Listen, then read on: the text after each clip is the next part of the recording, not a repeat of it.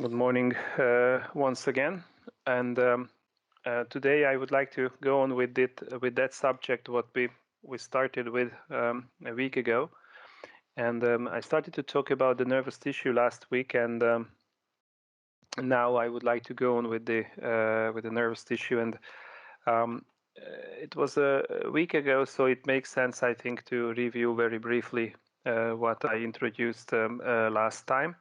That we can follow the story a bit more efficiently. And what I'm going to discuss in detail today is the histology of the peripheral nerve. I will talk about the nerve fibers.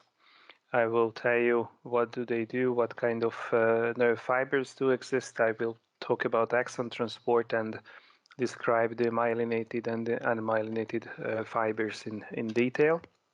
And in the last block of this talk, I will finish with the connective tissue layers which cover the peripheral nerve, which will protect and envelop the nerve fibers. So this would be the program for the upcoming 43 minutes. Let's start with some recap. This slide should be already familiar to you because last week we went through this. But just to remind you, we discussed last week the sensory part of the nervous system, which is part of the somatic nervous system, and I explained you that the signal comes from the environment, and I could tell you many examples. Like last week I mentioned the hot coffee, or when you cut your finger accidentally in the kitchen when you peel the potato, for example, then the pain is perceived by these sensory fibers, peripheral processes of these sensory neurons, which then carry the signal through the central process into the central nervous system, in this example, into the spinal cord. I would like to remind you that this is a group of neurons situated in the periphery. So this is part of the peripheral nervous system. And if in the periphery we find a group of neurons, that is a ganglion. Okay, so we did last week the sensory ganglion, and we discussed that the cells there have a pseudo-unipolar shape. They belong to this morphological group, which means that the cell has one single process which makes some loops around the cell body, and it splits into two branches. One goes to the periphery and one goes to the central nervous system. And the peripheral one is also called dendritic axon, and the central one might be defined as an axonic axon. So this was discussed last week when I explained you the sensory part of the nervous system. And then now the central nervous system knows that what happened in the periphery, and then this challenge of the environment has to be answered somehow. So it is quite complex how, but finally, if we want to make it short and easy, the signal comes finally to the motor neuron, which then will activate the muscles, and you can carry out something. You can drop off the knife, or you can put down the hot cup of coffee. And then this means that the motoric signals will travel through the axon of the multipolar neuron in the spinal cord, which finally innervates the muscles, and then you can carry out the command and you will perform the movement. This was a short review of the somatic nervous system from the last week. And also, I mentioned last time that we have the preganglionic neurons in the spinal cord, which belong already to the autonomic nervous system. Their axon exits the central nervous system, goes to the periphery, synapse is there, and after a synapse to a multipolar neuron situated in the periphery, the internal organs will be mainly innervated. So this signal transmission here, this synapse takes place between these two neurons.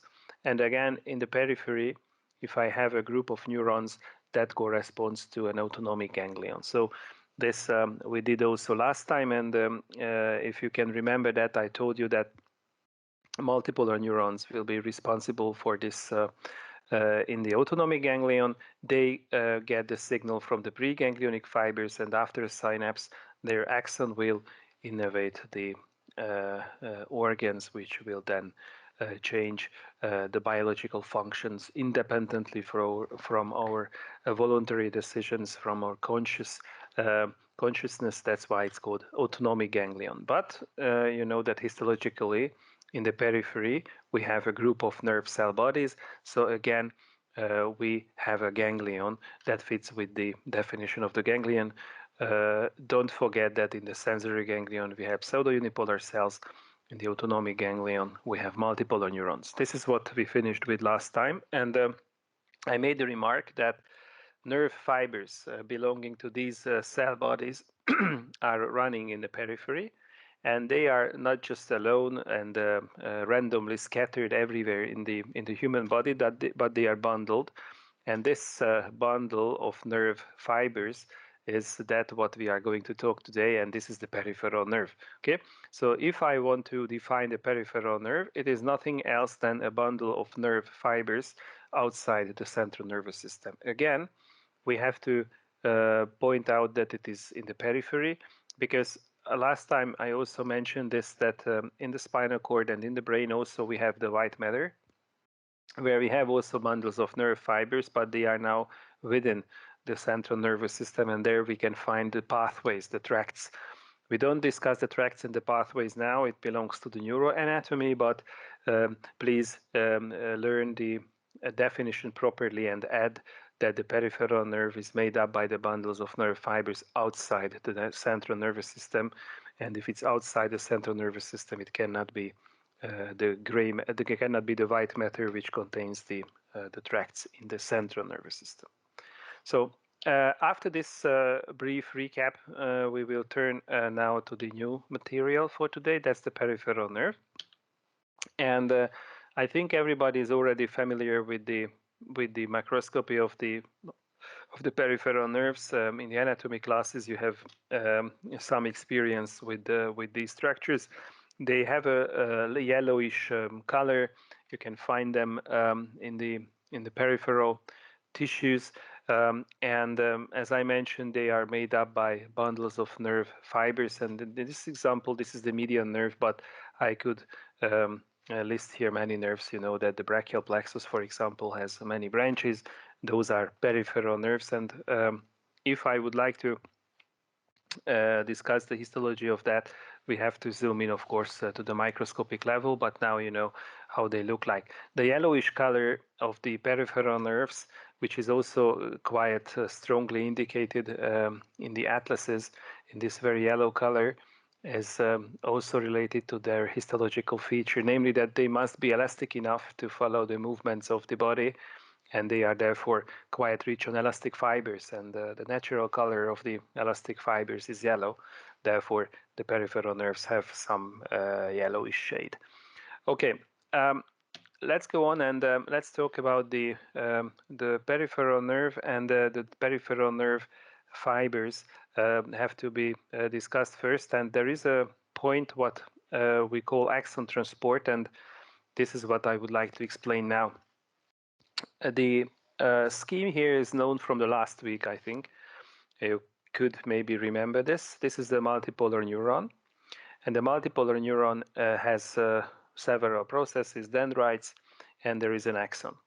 Now, you also know that the neurons are relatively large cells, but in comparison to the size of the cell, the axon is even more surprising. It's very long if we, most of the times, if we consider the histological dimensions, since the cell body of the neuron might be around 30, 40, sometimes 50 or 100 microns, but the axon goes sometimes far away, and it can be even 1 meter long or even longer.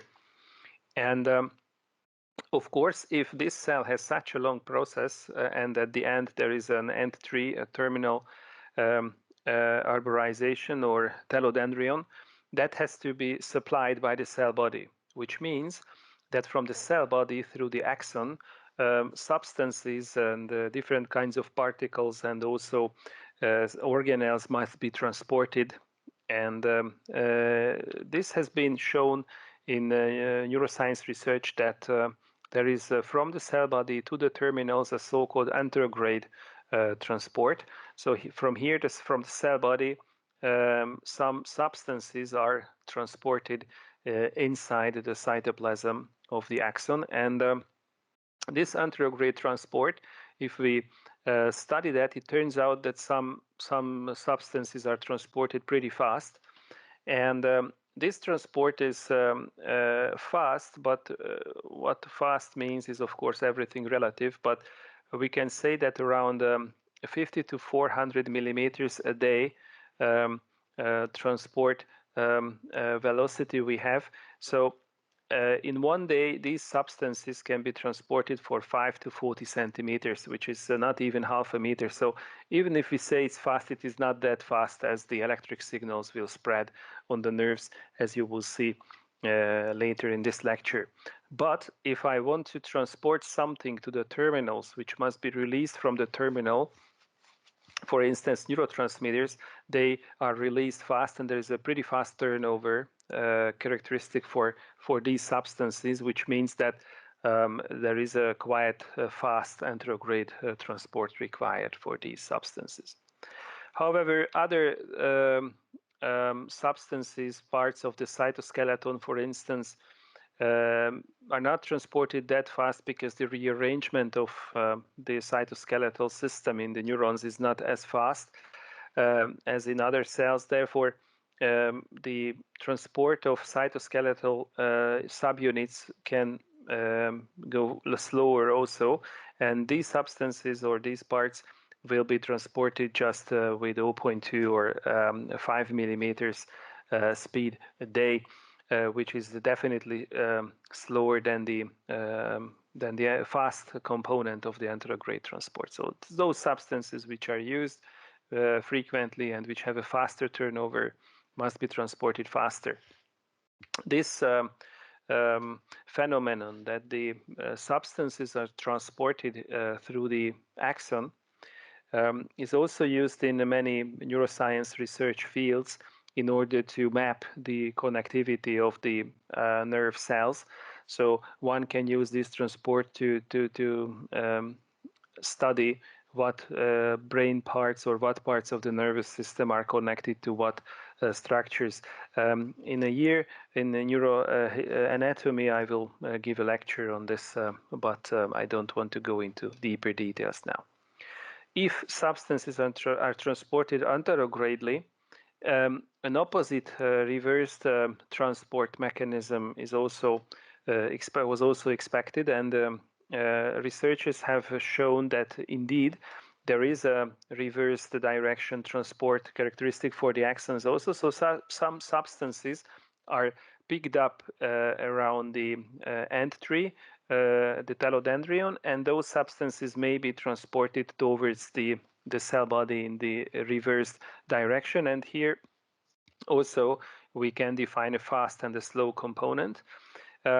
In case of nerve development and after a nerve injury, if the nerve has to regenerate, then after a nerve injury in the periphery, some growth factors are produced, and also the same happens during the embryonic development. And these substances have to be transported to the cell body in order to initiate and in order to control the regeneration or the development of the nerve. And therefore, this retrograde transport is pretty important for the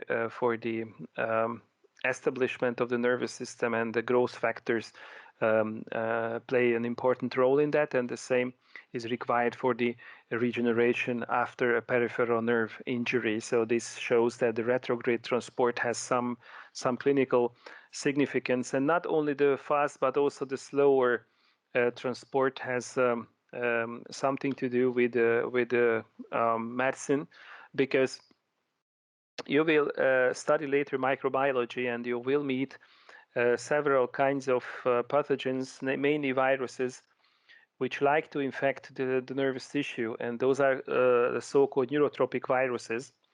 And some of them may travel along the nerve fibers, and they go through the retrograde axon transport, and they will be able to infect the nervous system this way, that they travel along the axon transport.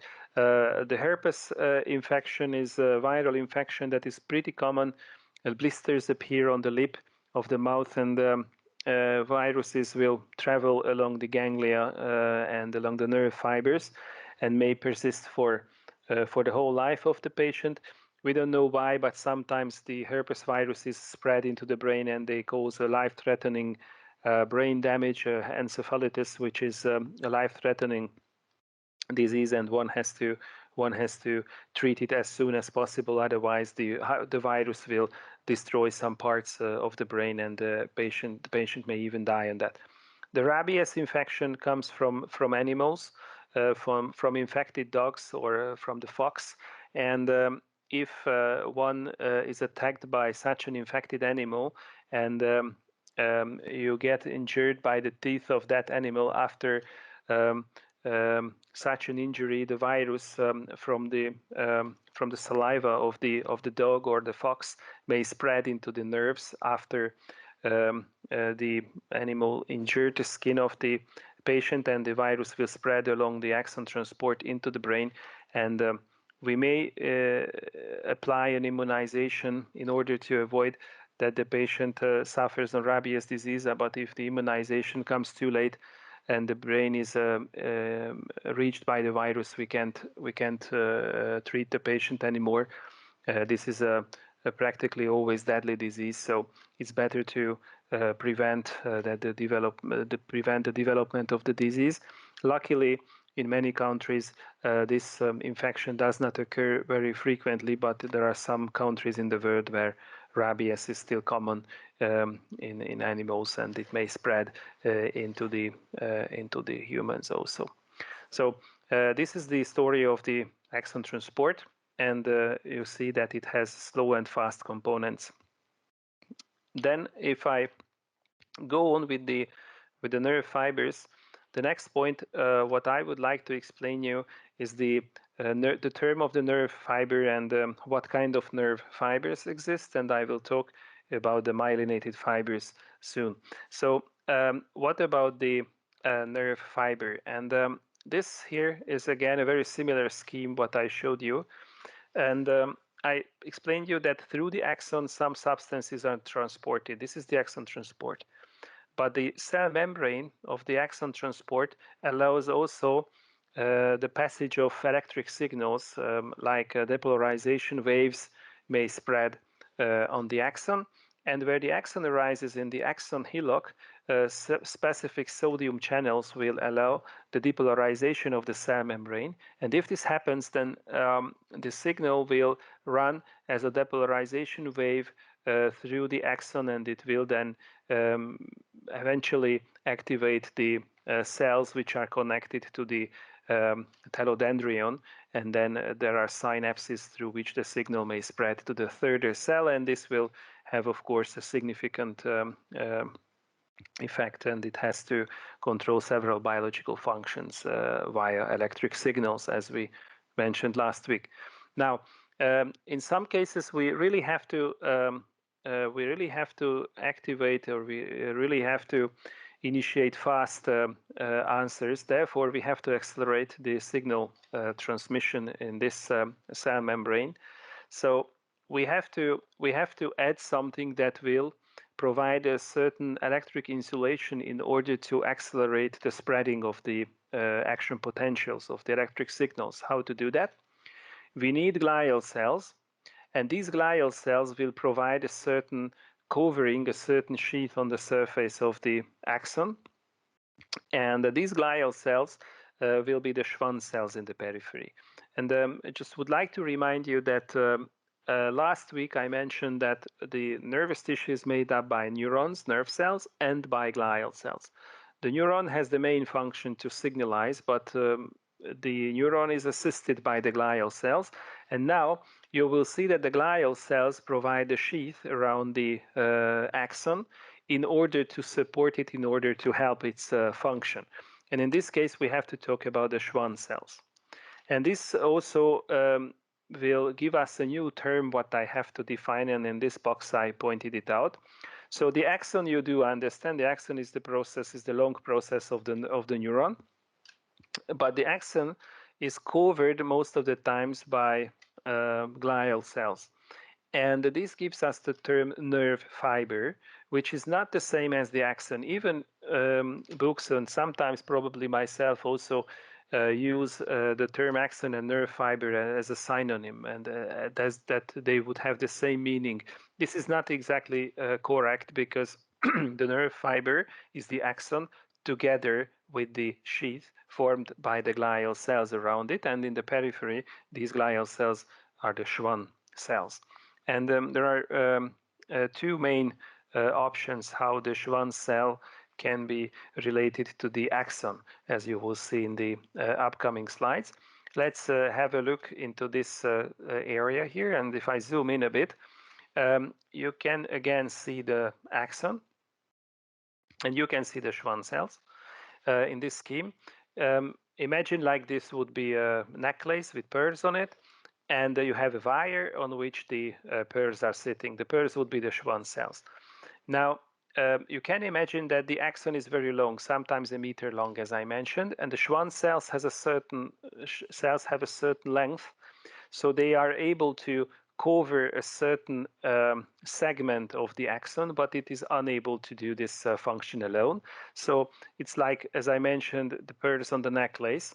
And because of this, once Schwann cell will cover a certain part of the axon, and then there is a kind of cleft coming, and then the next Schwann cell is coming, and so on. So you have several Schwann cells forming the sheath around the axon, but that sheath is regularly interrupted because there are the Schwann cells ending, and then the next Schwann cell has to start.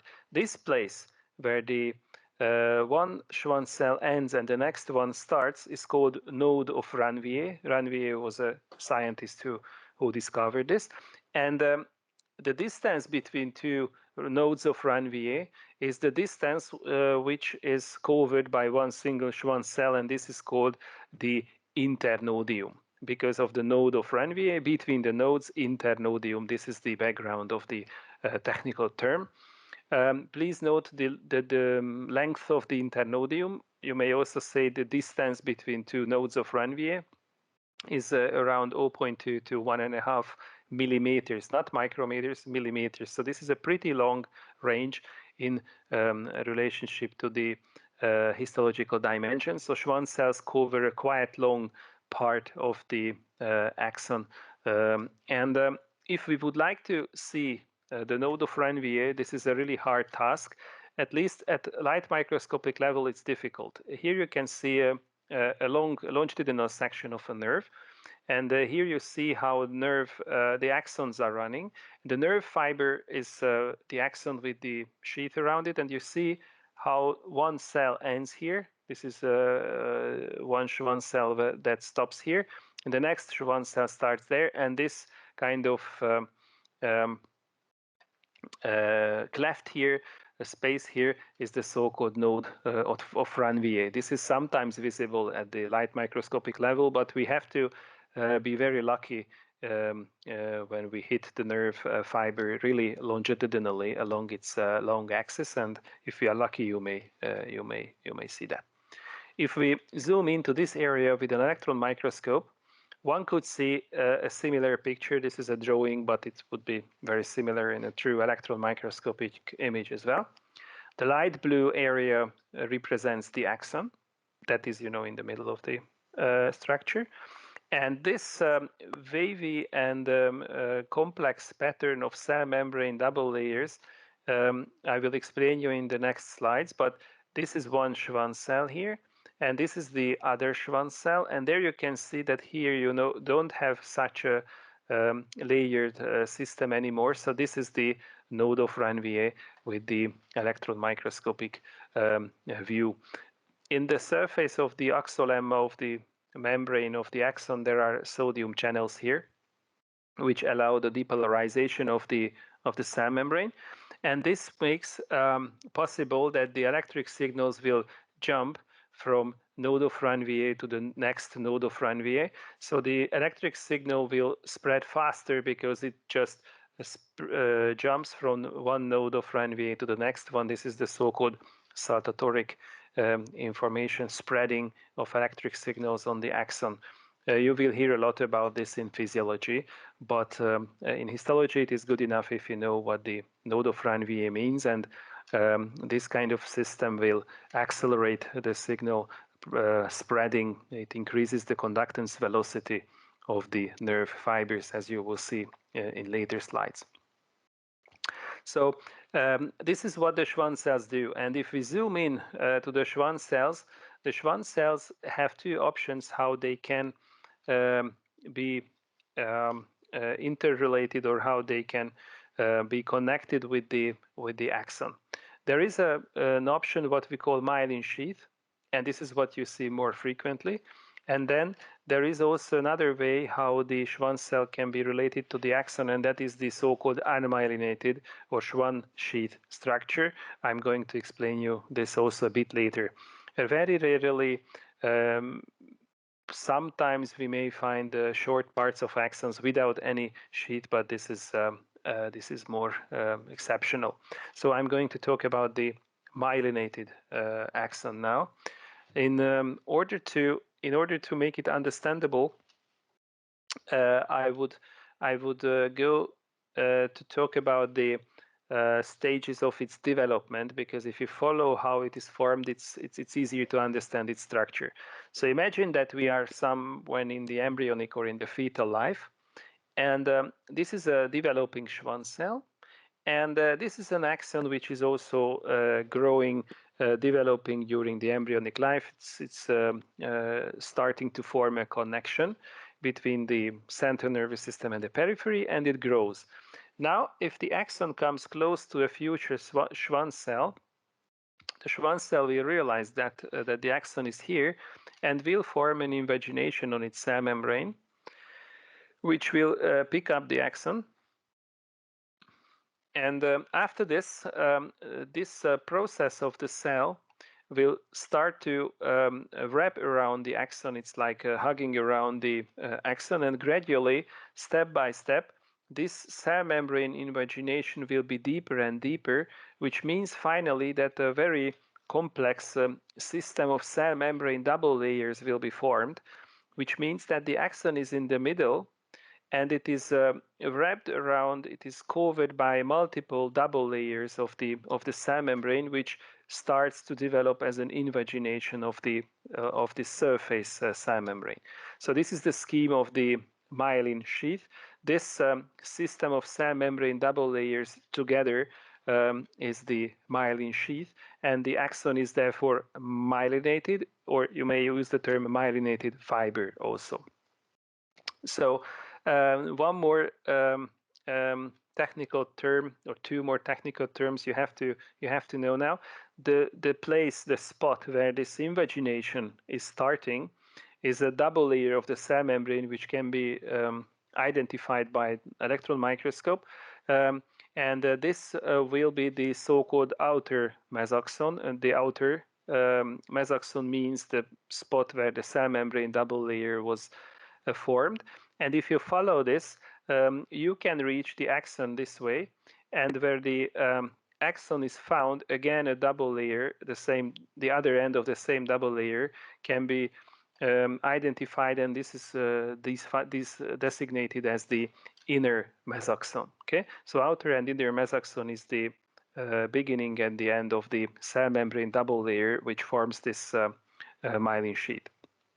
Okay, so this is the scheme, and what do we see from this in the light microscopic preparations? I have to state not that much, but if we compare this scheme with some of these cross sections, some similarities one can recognize, and here you can see these basophilic rings with a very light blue grayish center. These are the structures we have to focus on now. And if I zoom in a bit, and if I'm searching for the myelin sheath, if I'm studying this profile, you can see this darker ring here outside. And in the center, we have this almost white, very light grayish blue center. This is the axon in the middle. And this darker ring here with some radially organized basophilic pattern is the myelin sheath, and this myelin sheath has this basophilic radial structures because during the histological preparation some tissue shrinkage and some artifacts will occur, which means that the proteins will precipitate and then form this radial pattern. This is the neurokeratin, which gets visible in this staining method.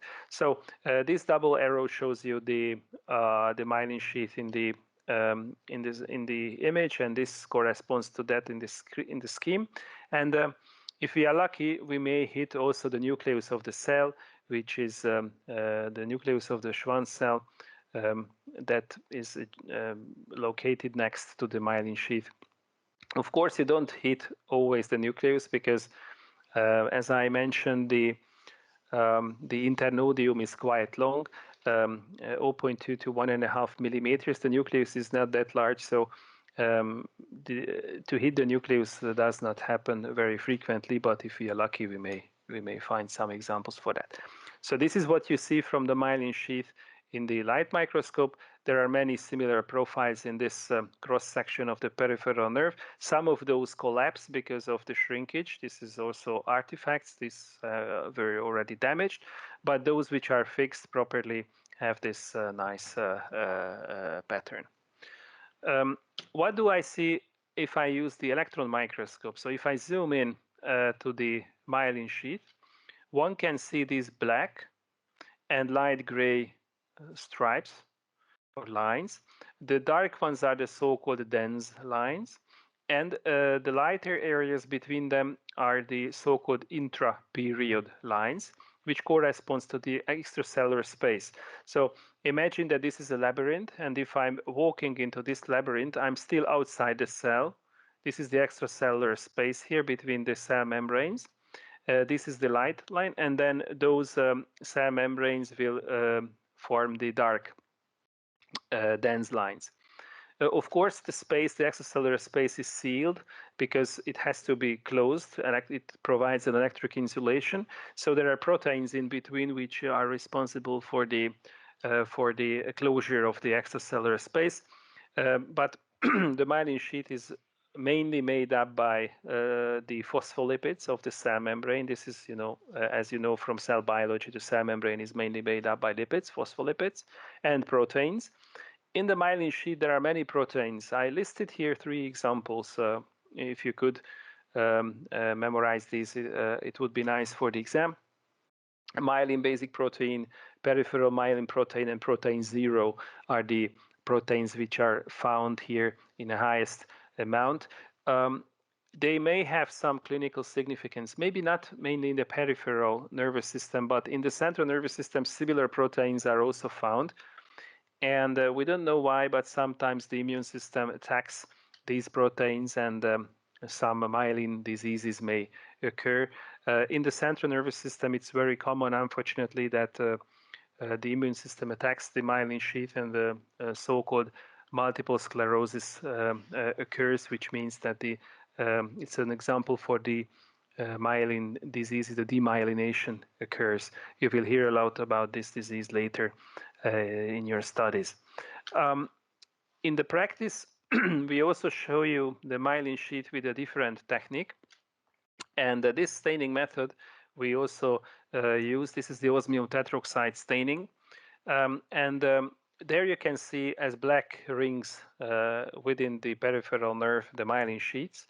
And this is an efficient technique which uses the chemical features of the tissue. So what we do here is a chemical reaction in order to show the presence of the myelin sheath of the cell membranes. And as I mentioned, the cell membrane is responsible for the formation of the myelin sheath, and the cell membrane is pretty rich on fatty acids, which are unsaturated ones. Now, if you use the osmium tetroxide, which is a colorless fluid, the osmium tetroxide does not have a color, and it is dissolved in water. It will react with the unsaturated fatty acids in the cell membrane, and a black precipitate, osmium dioxide, is formed, which is then precipitates, so it will make the tissue sample exactly there black where it is formed. So these black rings will stain the areas where the myelin sheath is found, and the peroxidation occurs in the fatty acids. So the black precipitate will help us to show the myelin sheath, and this chemical feature allows us to mark this structure in the tissue. The osmium tetroxide is a pretty poisonous substance. The same chemical reaction also may take place in the living person, which causes really serious damage of the brain, so the nervous system. So one has to work very carefully with this chemical because it's very, very poisonous. All right. Then one more electron microscopical term, and then I will be done with the myelinated fibers. If we cut the nerve fiber, the myelinated nerve fiber longitudinally, this is the axon in the center, and there you can see many cell membrane double layers. And if we are lucky, then we can find some wider spaces between the cell membrane double layers eventually in some areas. This is code from the people who discovered it, Schmidt, Lantermann, Klafts, and people performed research on this, what they could be, and we think that they are spaces through which substances can pass if cytosolic transport processes are required. So they kind of provide a transport highway through the myelin sheath. Okay, then I'm done now with the structure of the myelinated fibers, and let's move to the structure of the unmyelinated fibers. This is a bit more simple. In this case, if we come back again to the early embryonic fetal development, the Schwann cells are developing, the axons are developing, but in this case, the Schwann cell will start to form invaginations for the axon, but not only one axon, but multiple axons will be covered, and they kind of form invaginations which are closed kind of, but there is no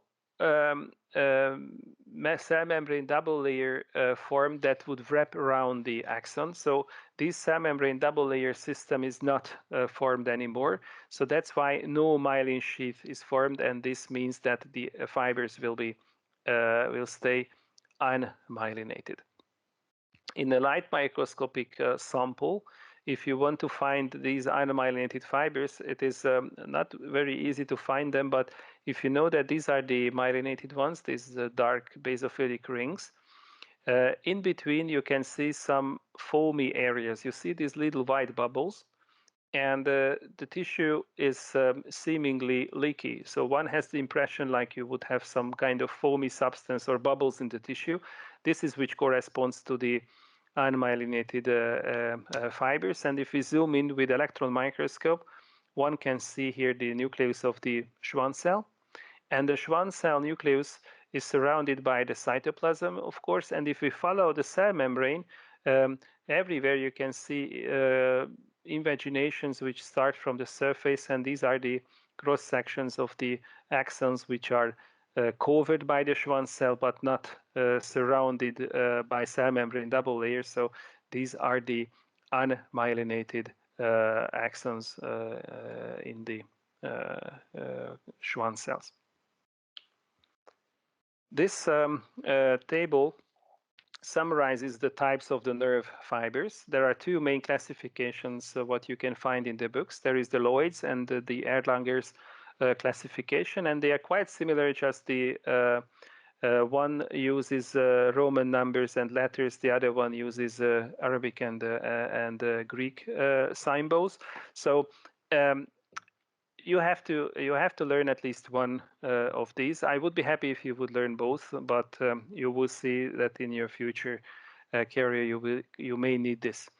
It is more important to know that the thickest A alpha or 1A fibers have a diameter of 15 to 20 micrometers, and they are pretty fast. They have a very fast conductance velocity of 120 meter per secondum, and they have a thick myelin sheet. And this is true for the other types of nerve fibers also, but please note that the diameter decreases. The conductance velocity gradually also decreases with the diameter. And finally, the type 4 or the type C fibers do not have a myelin sheath anymore. They are already unmyelinated fibers. This is what I explained you in my last slide. And you have many kinds of myelinated fibers which have different conductance velocity, and also they have different lettering also. The last column of the table is a little bit too early now. I also indicated here that detailed description of these you will receive if we talk about the neurohistology in a year. Just one point I would like to mention, that if we check the conductance velocity related to the functions, you will see that some functions must be controlled really fast, like the muscle contraction is something that has to happen very fast, so it's controlled by fast fibers. But for instance, the function of glands in the autonomic nervous system can wait, and this is not controlled by very fast signaling nerve fibers. Another point is that pain is perceived by faster and by slower nerve fibers also. And an example from your everyday life: if you accidentally cut your finger in the kitchen when you cut something, first you feel a sharp, short, very intensive pain. That's because the signal comes pretty fast into the brain. And then after a few seconds break, there is a pulsating, deep-sitting, uncomfortable pain coming with some delay. That's related to the type C fibers, which have a significantly slower conductance velocity, which will arrive with their information a bit later. So already in the pain sensation, one can realize that some nerve fibers are faster, some nerve fibers are slower, but much more details you will study about this in another subject. But this is enough for basic histology 1. And if I go on, then this red arrow once again to point out the decreasing conductance velocity, the decreasing diameter, and the decreasing thickness of the myelin sheath, which disappears here. And in the last few minutes of the lecture, I would like to simply and briefly summarize the connective tissue layers of the peripheral nerve. This is already something that must be familiar to you, because these are made up by connective tissues. So the cells, you know, their fibers, you know, there. I just have to summarize them. So this cross section of the peripheral nerve, the entire peripheral nerve shows nerve fiber bundles called fascicles also. And each fascicle has its own covering, which is called perineurium. And the whole thing is surrounded by the epineurium, which is not only on the surface, but also in the space between the fascicles, so inside. And the endoneurium is the connective tissue space inside the fascicle, which fills these narrow clefts. But I will come back to this. So once again, the epineurium means the space between the fascicles. This is highlighted in red now. So outside the fascicles, you have the epineural space. And this epineurium is made up by connective tissue. You have collagen and elastic fibers, as I mentioned. You have fat cells in there. And you also have eventually blood vessels, because the nerve also has a blood supply. This layer is continuous with the meninges, with the dura mater. So where the nerves exit the central nervous system, the dura mater, which is the outermost layer covering the brain and the spinal cord, is continuous with the epineurial layer. If we check the next layer, this is on the surface of the individual fascicles, called perineurium. And if we go closer to the perineurium, one can see that the perineurium has an inner sublayer which is a little bit more rich on cell bodies of modified fibroblast cells, and they have some kind of epithelial appearance, and therefore people use the term epithelial part of the perineurium. Outside you have more more connective tissue fibers. Sorry, this is the fibrous part. The epithelial part has a greater significance because there are multiple basement membranes in here, and importantly, the cells are interconnected with each other by tight junctions, and this provides us a very strong chemical barrier which will determine what substances can reach the nerve fibers which come from outside, and this has to do with some clinical issues like local anesthetics injection. If you locally want to switch off the pain of the patient because of a dental treatment or because of local anesthesia to make a suture of the skin after an injury, then you inject painkillers which locally switch off the nerve, and they can only act if those substances can pass through this chemical barrier made by the epithelial part of the perineurium. I also have as an unstained example for that. Here you have the perineurium, and if we go closer a bit, you can see that the cell-rich sublayer is red, and the blue sublayer of the perineurium is connective tissue fiber-rich. That is the fibrous part again, and in the red layer you have the barrier function of the modified fibroblast cells made by tight junctions. And the final point what I have to talk about is the endoneurium. If you look at this area of the picture, you see the rings. These are the myelinated fibers, as we discussed earlier. You see these foamy areas. These are the unmyelinated fibers. And if you distract this from the picture, what you get is a connective tissue space with reticular fibers with small blood vessels, capillaries eventually, and you see connective tissue cells. This corresponds to the endoneurium, which is the innermost connective tissue space within the peripheral nerve. In hematoxylin eosin, and in the right bottom corner of the slide, you can see the same thing with Azan staining. The red rings or ovals correspond to the nerve fibers. And this very light blue network, meshwork between the nerve fiber bundles, the aniline blue color has marked the reticular fibers, and it makes the endoneurium visible. So the light blue color is the endoneurium, and the red color corresponds to the nerve fibers. So this is the structure of the peripheral nerve fibers and the connective tissue spaces. I think I already ran out of time, so I'm sorry about this, speaking 3 more minutes. With this, I would like to thank your attention. If you have any kind of questions, just let me know, and I try to answer. Thank you.